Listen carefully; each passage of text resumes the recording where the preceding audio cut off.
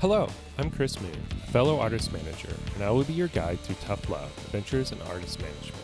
In this episode, we chat with Nick Stern of Stern Management.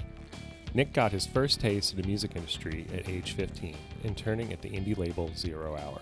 From there, he gained more experience working as a publicist at Atlantic Records, before pivoting into the world of artist management with his first client, Clap Your Hands, Say Yeah. We chat about the importance of building lasting relationships at an early stage in your career and how a chance encounter can lead to big opportunities. I hope you enjoy my conversation with Nick. Hey, my name is Nick Stern, and I'm an artist manager, currently looking after the Black Angels and Phosphorescent, co-managing Phanogram, and working with Metric, and co-managing Liz Cooper, co-managing Joe, co-managing Ben Abraham, and Lauren, who I work with, manages Shannon and the Clams. And we also look after a bunch of solo records from artists on our roster. Awesome. Well, thanks for taking the time to chat. Before your adventures in artist management, what kind of led you into the music industry to start with? I think like a lot of people in the music industry, I was bad at sports and not a very good musician. Gotcha. I was literally like I got into this when I hurt my elbow playing tennis when I was 14 years old. I got my first internship in the music business at age 15 in New York City at 0 Hour Records, which was located in Times Square. And I don't know how my parents thought this was a great idea, but I remember having a conversation with my parents about what I was going to do with my summer after sophomore year of high school, now that I wasn't going to be able to play tennis or do any of the things that, I was a fairly competitive tennis player growing up. And, it was, well, it's time for you to get a job. What are you going to do? Well, I don't know what I'm going to do. What do you like? Well, I like music. Well, there's a whole business behind that. Figure out how to get a job there. So I went to my local newsstand where I, often purchased Spin and Rolling Stone and every, music magazine out there just because I was a fan, and bought CMJ and, called the number for one of the ads that said looking for interns. And, next thing I know, I'm doing college radio promotion as a summer job at 0 Hour Records because the person who did it there got fired conveniently during my first week as an intern. So I went from being an unpaid intern to $5 an hour very quickly. And that was the start of my music business career at age 15. Wow. That's awesome. I called people on behalf of the Cucumbers. I don't know if anyone remembers that band. I don't think it went very well.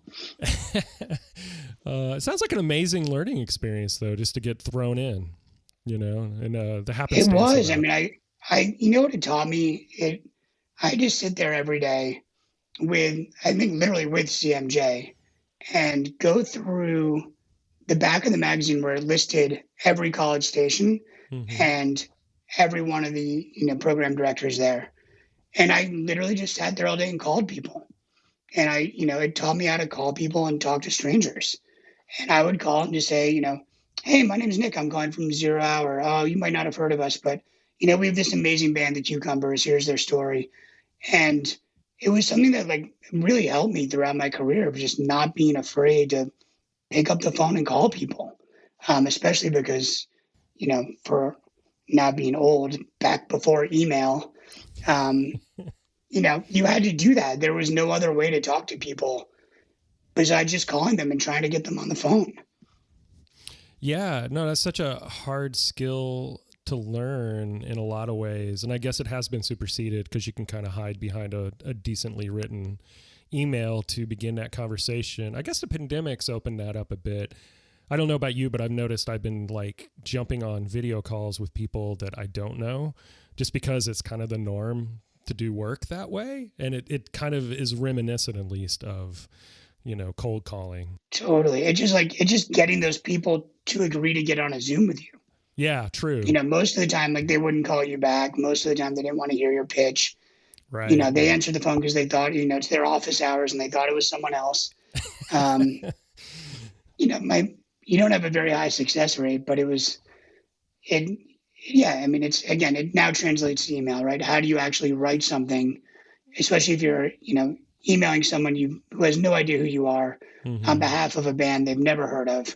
How do you make them actually read past the first sentence? And even Right. harder, like the hardest thing these days, how do you make them click a link to listen to something? Like True. I find it harder than ever to get people to listen to new music. It's, when you're sending it to radio or press or sync people or whoever it is, just getting them to listen to 30 seconds, let alone a whole album, Right. is makes me feel good about my job when I actually get someone to listen to an album and tell me what they think about it. Yeah, the attention span is short these days, and you don't have the advantage. And I imagine you guys did this at 0 Hour. At least you'd send out a CD, in advance, or not that they Oh, I probably did a have it. lot of mailing. Yeah, exactly. Not that they probably have it handy, but at least if you do get them to like pay attention and pull it out of the stack, at least there was something tangible to hold and read and maybe engage with. But that's just really hard to do these days, and the current state of things. But so where did you bounce to after 0 Hour at age 15? I graduated from high school. Um, I did a lot of internships. I had an amazing internship. I guess after my freshman year of college. Oh, I should probably preface this whole interview with I have the worst memory, and then sometimes I'll just make things up because it's like easier than remembering it accurately. So I'll tell things for the sake of the story. Um, but I had an amazing internship after my freshman year of college. I did 2 summers there at Atlantic Records in their PR department, and it was it led to me getting my first job out of college. It led to me eventually going back to Atlantic Records. I still talk to people to this day who I was their intern, and they only know me as I was their intern. Um, but I definitely left a mark as an intern on that department, and really enjoyed it. But I was young in New York City, thinking I knew everything at age 19, and going out every night till 4 in the morning, and still showing up at 9:30 in the morning every day. The next day to sort the faxes. Um, and do the press clippings and distribute the press clippings all around the building. Because they had to be there before 10 a.m. when every executive got in. Right. And that was the mid '90s when Hootie and the Blowfish was hot. Atlantic was the label to be at, and it Yeah. was I got to see like the music business at full of money and fun, which of course got me even more hooked on the idea of working in it. Yeah, yeah, no doubt. Wow, yeah, that is a pretty golden era, I would imagine, and coming right out of high school and college, and being able to experience that. So that kind of, as you said, kind of led you to circle back to Atlantic and have a job right out of college. Then. I mean, yeah, when I was in college, I was the nerd who booked all the bands, and very proud of some of the bands I brought to Connecticut College in the late 1990s. Um, but yeah, when again, knowing exactly now, I played in a band in college. We were awful, but same thing, calling around to colleges in the Northeast, I was able to book us bands and get us paid. And we were so bad. I mean, no one should have been paying us to play their fraternity parties and other things. But, I realized that like if I can sell this band and get paid to go play these awful shows, imagine if I was doing this on behalf of someone who was good. Like that's Mm. a pretty fun job. Like I could be good at this. So based on all my connections I'd made at Atlantic and I'd interned at Billboard magazine, I just hit the pavement and said, who would hire me as an assistant out of school? And somehow I ended up with multiple offers. And this probably didn't help my ego back then either, but the day after I started, by the time I was graduating, I had offers from Capitol Records, and Trent Reznor's label, Nothing Records, Mm. through the wonderful Susan Swan, who was a publicist at Atlantic when I was an intern and remembered me Oh and wow. didn't hate me. And I ended up going to work with her and Trent, or for Trent, at Nothing Records, which was in the Interscope offices in New York in 1999 to Oh put out wow. the album The Fragile. So that was, that was baptism by fire going, into the, it was Trent and Manson was on the label and and Odd Tecker and Square Pusher. But it was also in the Interscope building. So we were, literally next door to their radio department and down the hall from their A&R department. So at the same time as working at this like 5-person record company, I was interacting and meeting everyone at Interscope at the same time. It was a great first job. Yeah, that's super amazing. intense first job. Yeah. But like you said, it's kind of the best of both worlds and probably similar to what, it was probably scrappy in the way that Zero Hour was on some level, but you were, like you said, you were engaging with, pretty much one of the biggest labels at the time, Interscope. I don't think I've said the word 0 hour in 20 years. So, I don't barely even remember that part of it, but, Trent's a genius. And this was, he was developing nin.com, and really the forefront of everything internet. At this point, I was a part of that. I got to learn what he was doing. I remember we were like some of the first people to have like AOL instant messenger names, and I had the name Nick. He was always Trent at everything. He was always first on he was so far ahead of everyone on that stuff. Wow. And it was great. I mean, I was very fortunate, and I loved all the people I worked with there. And from there, so The Fragile came out, and that was all crazy. And, then he wound down, and Susan essentially told me, like, you can stay, but I have nothing for you to do. So I ended up going to another indie label called Blackbird Records, which I was there, I think, for 6 months when it went out of business. Oh, wow. And that wasn't great. That was, I didn't really know where I was going to go from there. And I got lucky that I had, I called Steve Karras, who was a publicist at Interscope when I was an assistant at Nothing. And he had gone over to Wind Up, and he hired me to go be a publicist at Wind Up Records, which was, and I love Steve. And I think I've told him I owe him forever for hiring me then, because I was, I got no severance. I was just out on my butt, no warning. Just one day I thought I had a job at a cool indie label, and the next day I didn't. And Steve hired me, no questions asked, and gave me, I think a better salary than I had working at Blackbird. But I'm trying to think of the nicest way to say this story, but I went to work for Steve, who I love and, still owe my life to. And my desk was under this giant picture of Scott Stapp without his shirt on. I think it was the Spin cover. Yeah. It was just, I listened to Joel Mark's, interview with you too. And I love Joel, and I'm very happy he made all that money on that record label. And I actually really like a lot of the people who work at that label, but it was my first couple of days there was so soul crushing. I went from working with Trent Reznor, a hero, an icon, right, to trying to develop this small label, to ending up, under a picture of Scott Stapp.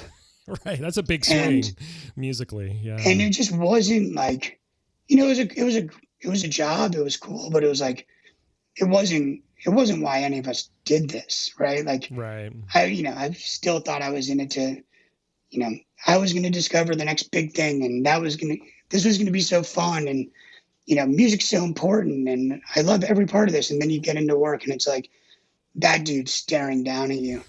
And after I was there for 4 days, that Thursday night of the first week of my job there, I went out with a friend of mine from college, and we went to our local bar, and I got really drunk, and I was just telling him, like, I can't do this. Like, I cannot represent Creed. And I didn't even really work on Creed, right? Like, Steve did Creed, but that was what the identity of the company was. And we walked out of there, and I was going home, and I just held my arms open. I started singing with arms wide open on the street, totally making fun of my own life. And out of nowhere, this fucking guy comes up and just knocks me down, pushes me as hard as he can, and is standing over me while I'm on the streets, screaming at me, that band fucking sucks. Pearl Jam ripoff motherfuckers. And I was like, this isn't going to work. I can't do this. And so, as luck has it, the next week I was going to Teen People magazine, and I was in the elevator going to Teen People, and I looked across from me, and there was Ron Shapiro, president of Atlantic Records, who I had, indirectly interned for. I had never met him. Oh, okay. But I introduced myself to him in the elevator and just said, hey, I know you. I interned for you. Nice to see you or whatever. He said, oh, what are you doing now? I said, well, I'm a publicist at Wind Up Records. He said, how do you like it? I said, I hate it. And he said, well, we're hiring a publicist at Atlantic right now. You should call Patty Conti, who was, the head of PR there. And I said, really? And he said, yeah, tell her that you ran into me and I said to call her. Oh, wow. And so I did. And it turns out that one of their, Angelica Cobb, who, unfortunately passed away 2 years ago now, but Angelica was leaving the label to go to Capitol or Virgin. And she represented Kid Rock and POD and all the Sugar Ray and all the big rock bands on the label. And they needed someone to replace her. And, at 23 years old, somehow I got that job. Yeah. And wow. So my 3 weeks working at Wind Up involved getting almost beaten up on the street. Then I used their money to go to South by Southwest, and then I quit and went to Atlantic. So I was there for 3 weeks total. Thank you, Steve Karras. I owe you for that one. And and I ended up at Atlantic, where I was for 5.5 years, and it was amazing.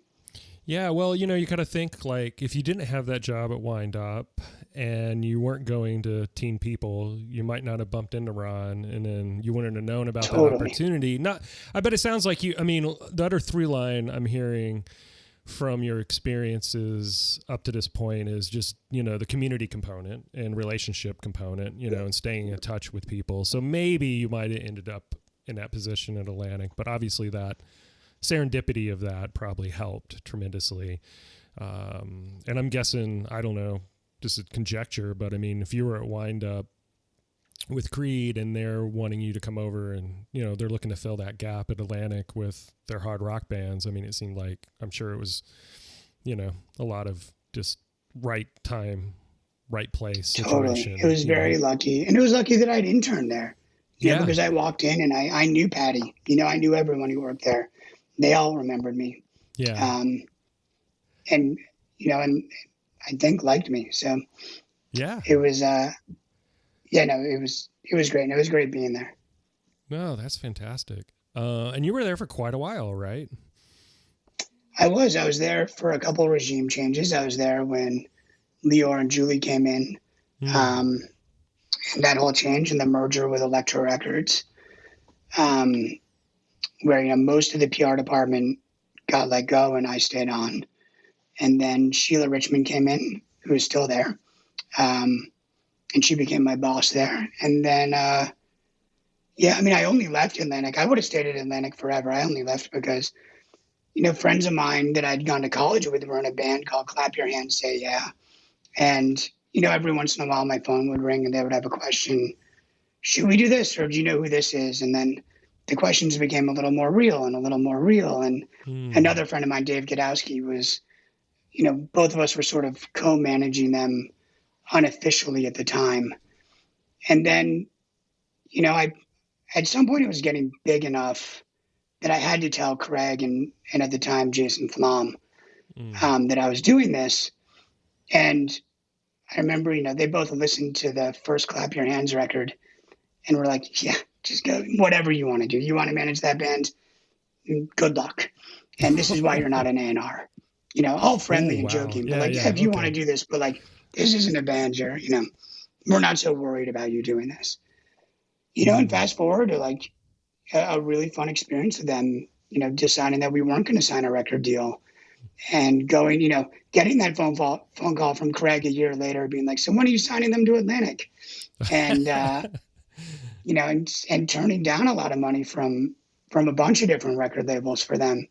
and then going on to, sell hundreds of thousands of copies of that record ourselves. If it hadn't gotten to the point where managing them was a full-time job, I would have happily stayed at Atlantic.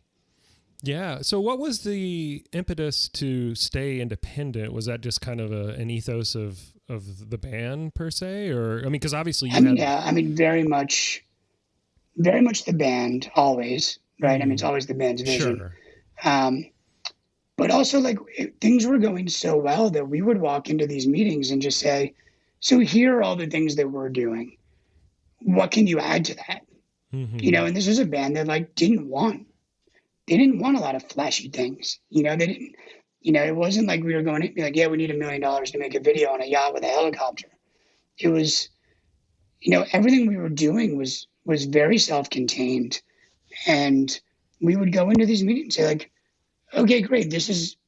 You guys are an amazing record company. What would you do for us that we're not doing on our own? There wasn't really a lot that they could offer except for money. And that's not disrespecting those labels. It was just for this band at that time, we're making $8 a record back when you could sell CDs. Right. Like, yeah, we could trade it for a bunch of money, but like, why? Yeah. And no one could give us a great reason for that. Yeah. No, it's fascinating because, there's definitely artists, I mean, you can never compare because everybody's slightly different. But, when I think of Atlantic and I think of like Death Cab and them coming, from Parzook into Atlantic and the success they had doing that. I mean, you either have to have that ambition, I guess, as an artist or a band to, I guess, placate into the, opportunity that maybe comes with that, or, carve out your own path. And if you're successful on your own, I mean, that was kind of a rarity, I would imagine at the time. It's more commonplace maybe today, but thank God certain artists were willing to kind of make that leap of faith towards doing it on their own. Yeah.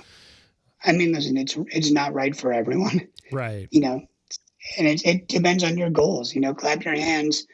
In our first meeting, not first meeting, but in one of our meetings when we were deciding what to do, and I said, I'm like, what's it going to take for you guys to be happy? Like, what makes this a success? Mm-hmm. And they're all like, if we can all like make 25 to 35,000 a year, we'll be happy.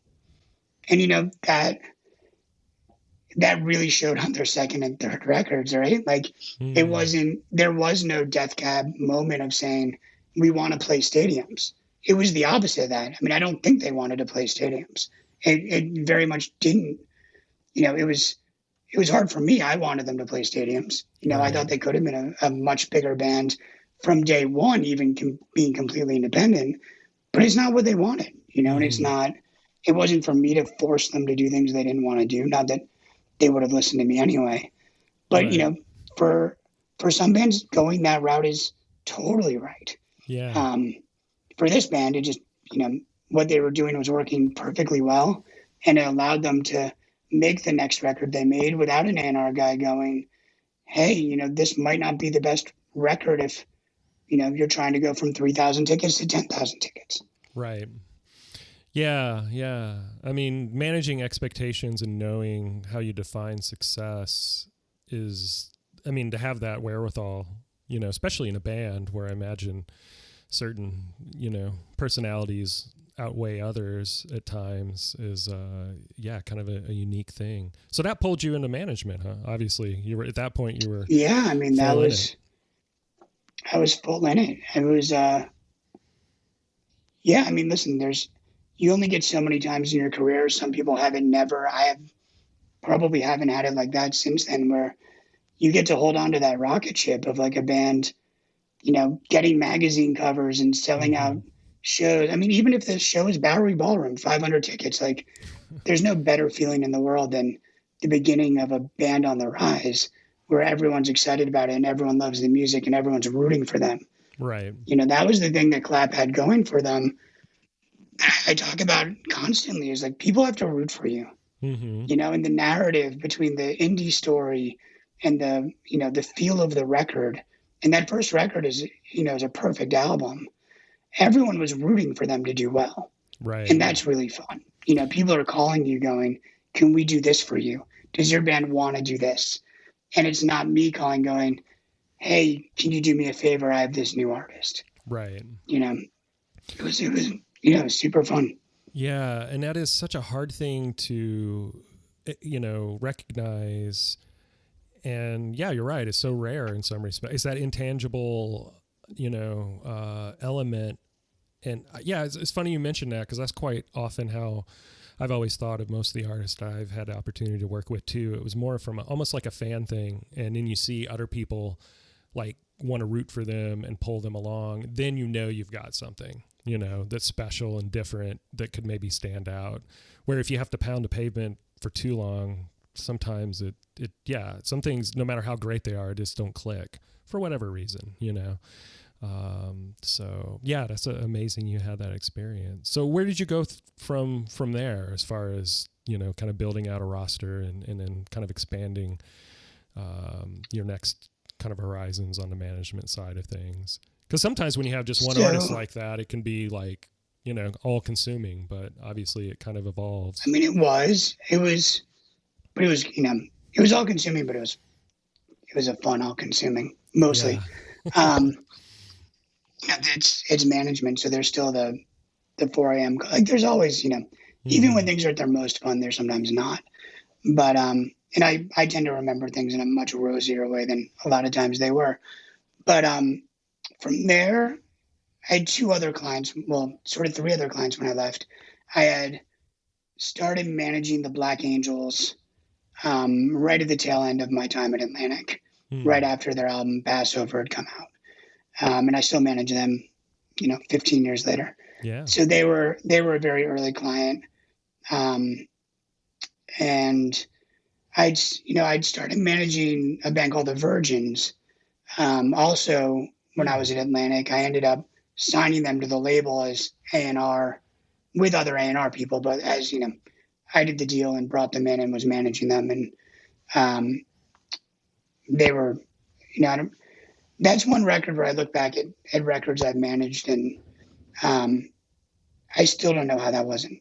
Like, that record should have been huge. Yeah, I remember them. We had a couple of songs that did well. It had all the press in the world. These kids are stars. It was, they certainly didn't help themselves in a lot of ways. But it doesn't matter. Like, in Atlantic, they never really pushed the button on them. We were always in the developing category, and it did great internationally. Like, they were selling, I think we went top 5 in France, but it did great on Sync. I mean, the Sync teams did amazing for them, but we never, the song never really went to radio. The album never really did much. It made a lot of money on Sync, but I love that record. Sam Hollander produced that record. Those were, I had those 3 artists as manager. And then, somehow Kid Rock, when I called and told him I was leaving Atlantic, said, well, I want you to stay on my team. So I stayed on as indie PR with him for, another decade after I left. Wow. Yeah, again, developing those relationships, I guess, even when you make those kind of pivots. Sometimes, and I imagine you probably had no idea that would happen, coming out of leaving Atlantic and stepping out on the management side. No, I mean, I certainly didn't think Kid Rock, he was very loyal to Atlantic. It was flattering. It was great. I mean, I had really the most schizophrenic roster, though. The indiest of indie bands. Right. And then, Kid Rock, and he was huge. I mean, he's still huge now, but he was huge then. And it was, honestly, like, it was great to have them as a client because it was leverage. Right. When I'm calling someone about the Black Angels, but I can say, like, hey, I'm Nick, I work with Kid Rock. Oh, you should check out my other bands too. I'm doing all this other cool shit. Right. It was great to have him.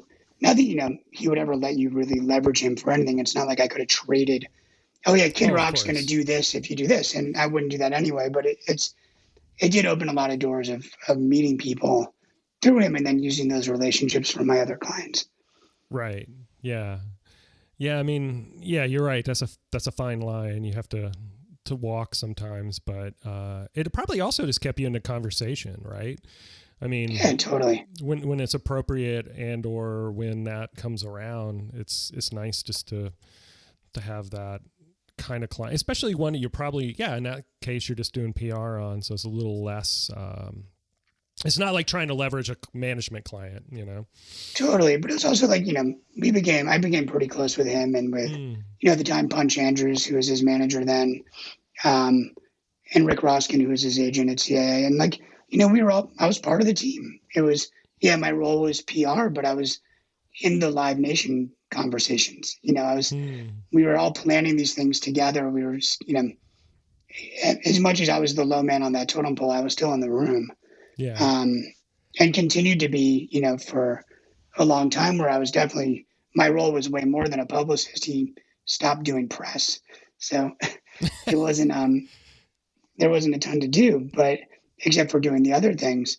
But, that was the thing about, I will say, like the thing that I loved about working at Atlantic for all those years was you're in these meetings where you're in planning meetings and, you go around the room and, radio says what they're working on and sales says what they're working on and video says what they're working on. And for me being young, like you learn the whole music business. Mm-hmm. So when I left to become a manager, and I was also like a total pain in the ass there. Like I realize now like how out of line I was as a publicist, like butting into all these like, conversations, like people cared what I thought or I was invited to the meeting. But it was for me, like, the projects I worked on, I loved. And I wanted to be on the calls. I wanted to hear what the manager thought of things. I talked to the artists directly and didn't go through managers. I mean, I crossed so many lines there. I don't know how they tolerated me. I was out of control and it was really fun, but I learned, like, I think I couldn't have been a manager if I hadn't worked at a record label like that, where you were part of a team and like you learned all the different departments. So I knew how to call, I won't even use names, but I knew how to call all the different people at all the different labels and talk to them and know what I was talking about. Whereas, on touring and things like that, I didn't know what I was talking about. I'd have agents explain to me the very basics of touring from my first day as a manager because you didn't learn that at the label. Right. That's true. But on the like label side stuff, I was fortunate that I got a great education working at Atlantic from the best in the business. Yeah. Yeah. Well, the other thing too is like touring, I think you can pick up on fairly quickly. And you do have, as a manager, you have an agent and that's their specialty, where, whether it's your A&R, your marketing person at a label or publicist or whatever. I mean, there's so many moving parts, so much jockeying within that. So having that insight, going into management from all your years at labels and certainly at Atlantic, I'm sure is invaluable in comparison.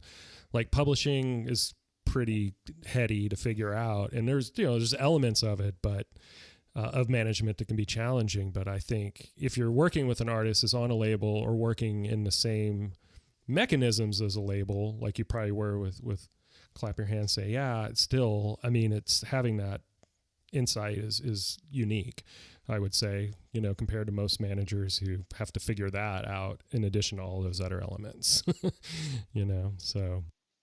And, like we're both still learning this every day. Like it's the only reason I'm still excited about being a manager is still learning, still meeting new people. Now I have to meet more new people than ever because everyone I know is now older and now there's a whole new music business to meet. Yeah, true. I mean, there's so many, folks from that era in particular that have worked at labels that are now doing management or moved on into other arenas. It does evolve for sure. But that's one of the things I've always loved about the industry as a whole, between the technology component of it, married with just I guess the trends and the things that change, musically, there's always, it feels comfortable on a certain level, but there's always something that, you get to wrap your head around and utilize and hopefully get ahead of and find new ways to interact with. And as a manager, you're that hub with that artist to do that, and kind of, you don't have to rely on, necessarily anyone else. If you've got an artist that's willing to kind of try new things, then, the sky's the limit. So what were some of your main takeaways? Because we're kind of on this subject already, but just out of curiosity, like what do you feel that you've been able to really empower your artist now, from having that experience at Atlantic and at labels? Like, how has that been an advantage to, the kind of artists you work with now, and obviously where the industry is at as a whole? Well, I mean, it's been a crazy, when I left Atlantic and for the 4 or 5 years after that, I mean, the business was at its bottom, pre-streaming, the economy was in the gutter, touring was really hard. Right. It was, people didn't have money to spend. And you couldn't make money. Like, everyone was getting laid off of labels. The labels had, I think that's why a lot of people went into management, right? I mean, there wasn't a lot of money to be made at a record label, and they were cutting people left and right. So as managers, like, not only, did you not have the resources you used to have from labels, because there were too many bands and not enough people. Mm-hmm. We all had to start doing so much more on our own. Right. And I think now, like, thankfully there's more money again, and the record companies are healthier than they were 10 years ago, and they're great partners that we can use, and we enjoy using. But it was hard for those years to, especially like the very beginning of streaming and the whole era of 360 deals, which as a manager just made me insane, and still make me insane, as do any land grabs. Right. But it was, that was a tough time to navigate. And that's, I think, as a manager, we always say to our artists, and I say we as if I'm at a big company right now, but no, I never want to blame a label for you not having success, right? Like, if everything goes the way it should, like, if they can't do it, I should be able to. I've always believed that.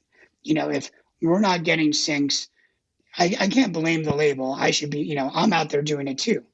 People might not like it. I still have some publicist blood in me from those years. Like, I'm still sending it to my friends in the press. Like, if we see weaknesses or pain points in a campaign, I should be able to dive in there and fix it. But at that time, it was really like, and you saw these big management companies develop out of this of, we need a digital department, we need a touring department, we need a marketing, we need everything in house, because our label partners aren't giving us what we need. Right. And that was just what it was. It's still, I think it's easier now than it was then, but I think, I joined Vector Management in 2010 for a lot of those reasons. I couldn't afford, for the roster I had by that time, I couldn't afford, a full service company. I had a lot of bands that wanted to release on their own, based on the Clap Your Hands success. And when you're releasing things on your own, you need those resources. Right. So that led me to joining Vector in 2010. And that was, a direct, one, I loved Ken and I loved, the company, and he's the one who really brought me in there. But, that was a direct reaction to, I can't expand this company. I can't grow it. I don't have the money. We're not making enough. Like, we're just not making enough. My artists are expecting more from their manager. What do I do? Right. And Ken was then managing Kid Rock. So we had gotten to know each other very well through that. And one day at dinner, I just said, I'm struggling here. Like, I have this amazing roster. Everyone's doing great, but I'm drowning. And that was, the start of that conversation of, well, we're breaking Kings of Leon and Kesha, and, we want younger bands. Why don't you bring your younger bands in here and help us on that side? And I did for 9 great years. Yeah. Yeah, that's a good pivot for sure. And yeah, it's interesting because you're right. It was at a time where I hadn't thought about the economic downturn component of it.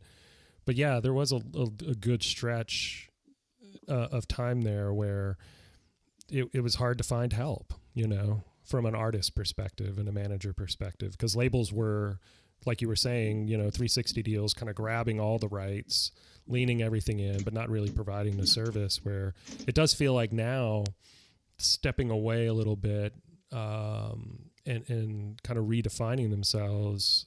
Artists seem to, I don't know. I kind of by and large I guess reframe the relationship with labels, that there is something there that it can be useful, if it can be balanced against, I mean, listen, the tide has turned from 360 deals with low advances to license deals with high advances. Right. Yeah. Well, the strength always lies with the artist and the art at the end of the day, Yeah. It'll find its way, but it's certainly helpful to have partnerships and relationships and opportunities to open up a path, for that to kind of really succeed.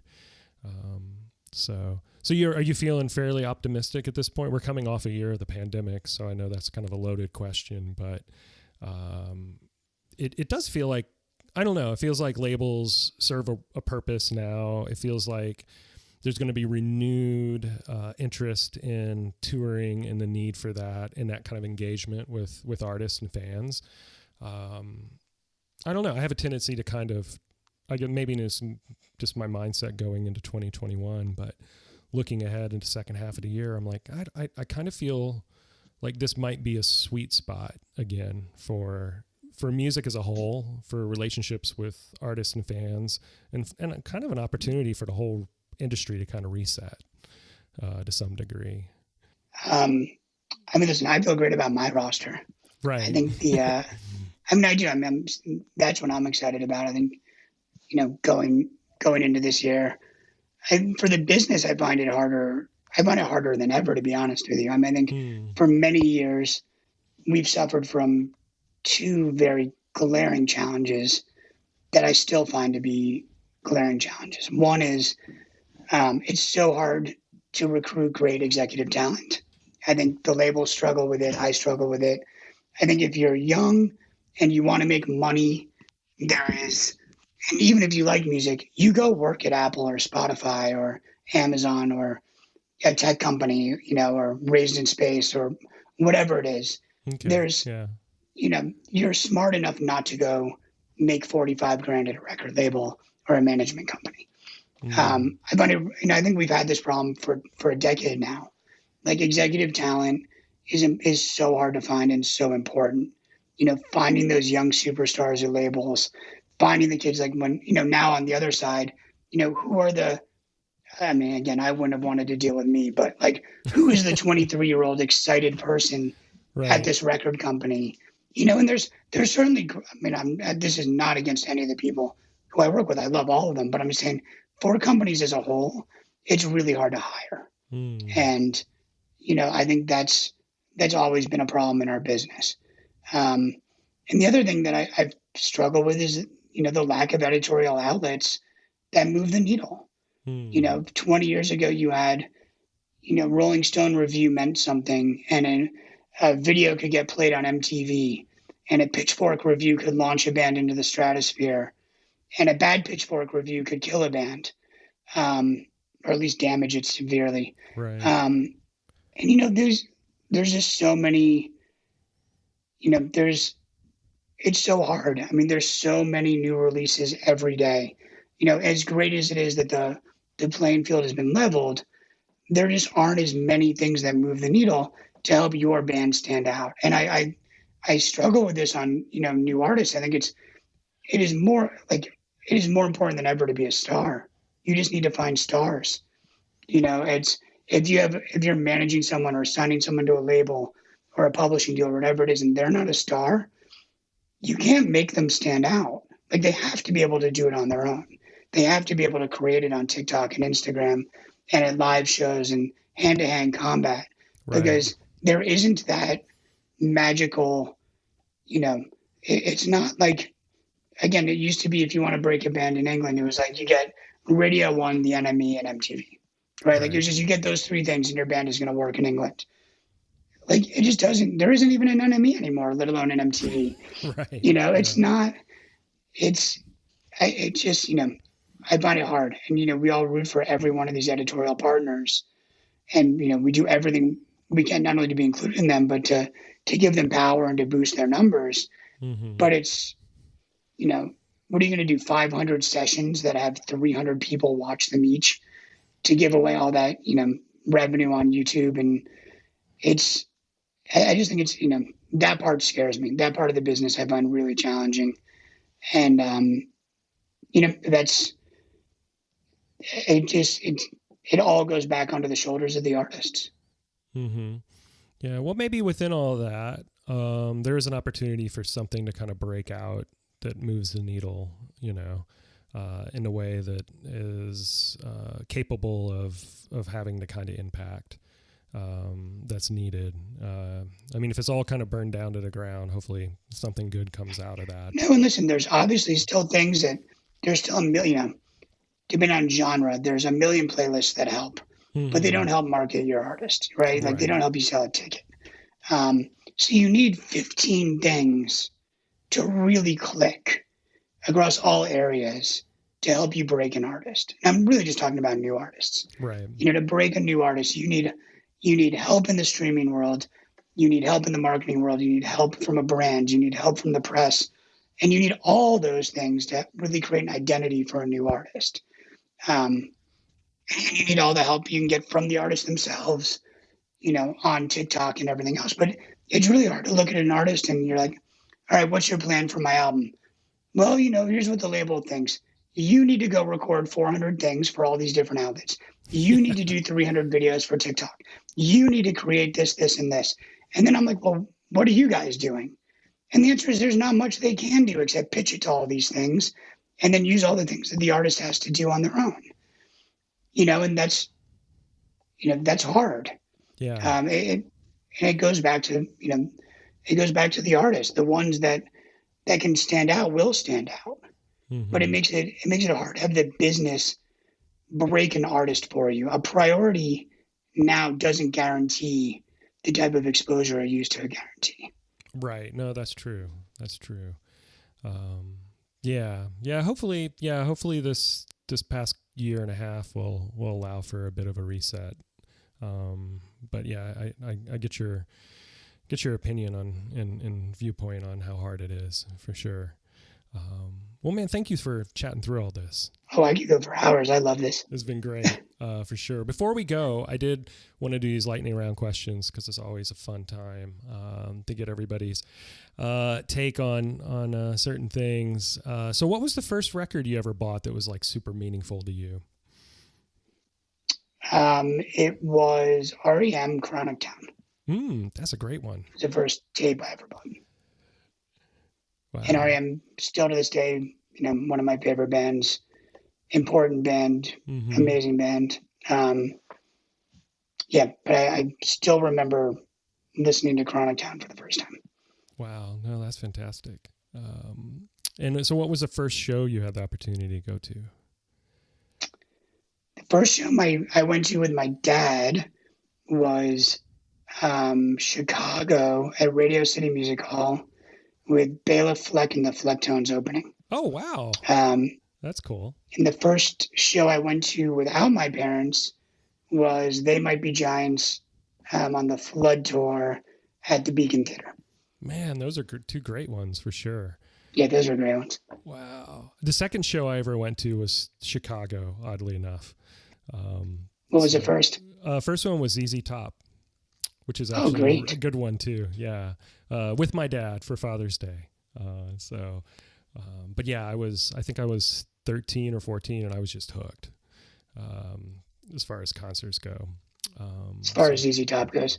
Yeah, and that too. The documentary on ZZ Top's pretty amazing. I don't know if you've had a chance to see it, but it really covers. I haven't yet, but it's definitely on the list. It pretty much focuses all on like the pre-Eliminator 83, all the 70s, and it's just fascinating. I personally did not know enough about that era of them as a band, and the fact that they're a three-piece original and been around for 50 years is fascinating. Amazing. Yeah, I mean, that kudos to anyone that can do that, especially going through some hard years.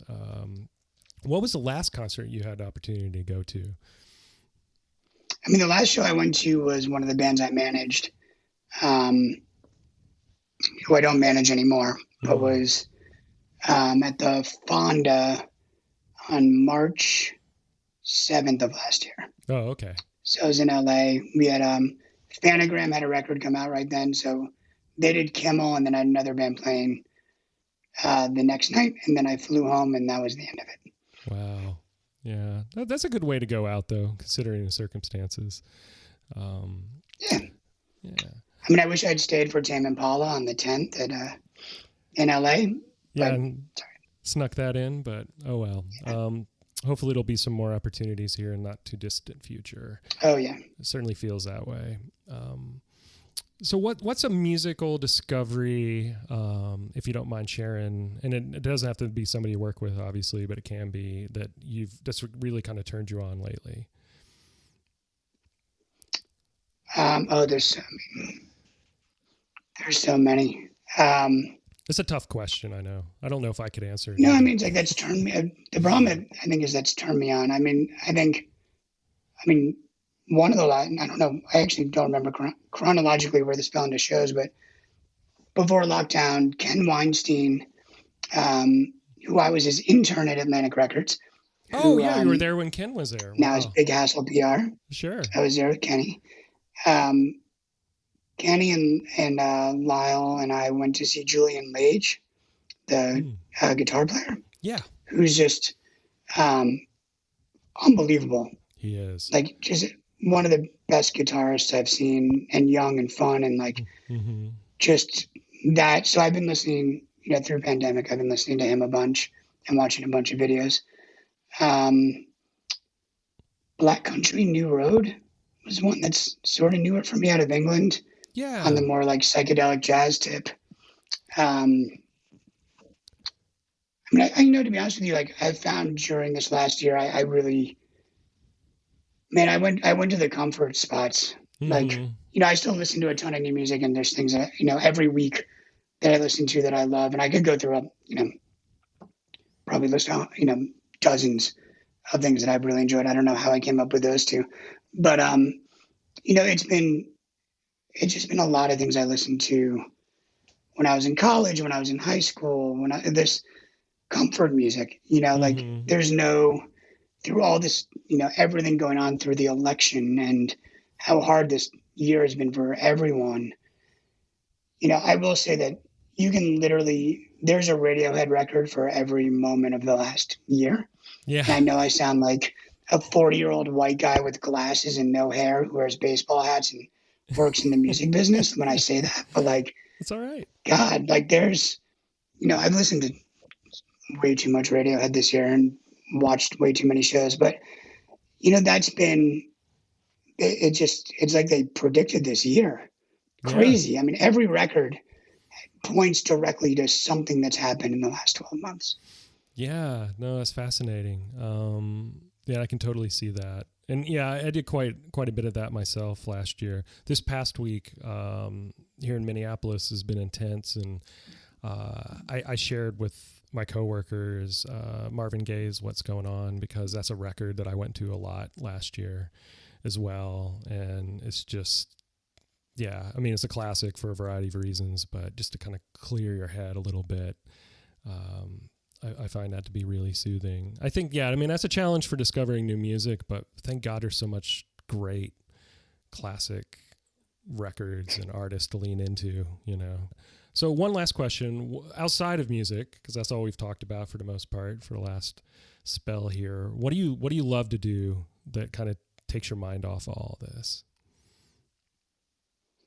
I play a lot of tennis. Yeah, still? That's awesome. I mean, yeah, still. And yeah, I mean, I don't know. It's been, luckily I'm happily married. I mean, I, don't want to jinx it by the time this comes out, but it's been, both my wife and I travel a lot for work. So this past year it's been, it's really been one of the only upsides is we've actually gotten to, time to spend together with our dog. That's great. It's been really nice. And we've been, all the things that, everyone's gone through. Ours has been certainly not as bad as everyone else's, but yeah, that's been really nice. But yeah, right now I'm living in a log cabin outside of about 2 hours outside of New York, and there's not a lot to do here that's safe anyway. Oh, right. So it's yeah. really been a lot of exercise, a lot of tennis because there's a bunch of guys up here who play tennis, and I've just been lucky that a couple of days a week I can still go do that and get out of the house. Oh, that's fantastic. Oh, man. Well, thank you so much, Nick, for taking the time to chat and share. I mean, thank you for having me. No one's ever wanted to hear my voice before, and I apologize to anyone who's made it this far into it. No, it's been great. It was kind of Jordan to put us in touch, and I really appreciate you taking the time. Pleasure was all mine. Thank you. Sure. I want to thank Nick again for taking the time to chat with us today and share his various experiences and stories with us. As always, if you're so inclined, please rate us, follow us at Facebook, Instagram, or Twitter at Tough Love Pod. And above all, share this podcast with your friends and fellow music industry and artist communities. It takes a village. You can reach us at chris@toughlovepod.com. Be well, trip up, get back up, and let's all learn as we go. Until next time.